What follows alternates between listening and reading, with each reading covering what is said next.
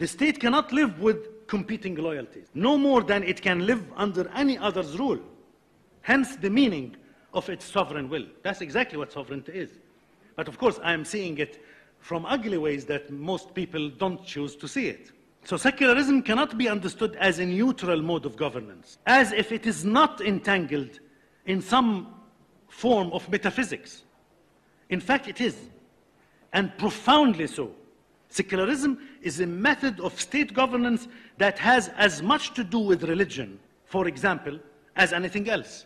It has to do with one directly with traditional religion and its reconfiguration, and another with creating a new theology or a new metaphysics, if you will. Secularism determines both the form and content of religion in the ever-increasing space of the public sphere. It decides on what is acceptable and unacceptable forms of religious practice. And this may not be restricted to the public sphere. As part of the modern state's metaphysics, secularism, to borrow from Schmidt's conception, is a new God who decides for its subjects what to do.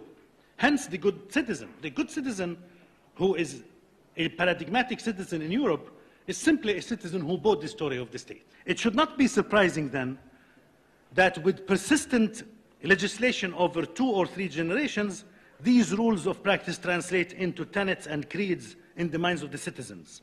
Which brings us to the second point, or rather the second point in which secularism indulges in metaphysics.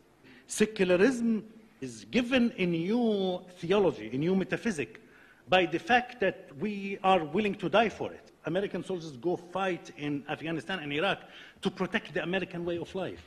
What is the American way of life? Among other things, it's secular penchant. After all, in Afghanistan, we go there to destroy the Taliban. Why? Because we want to propound democracy. And secularism is entrenched in all of these concepts.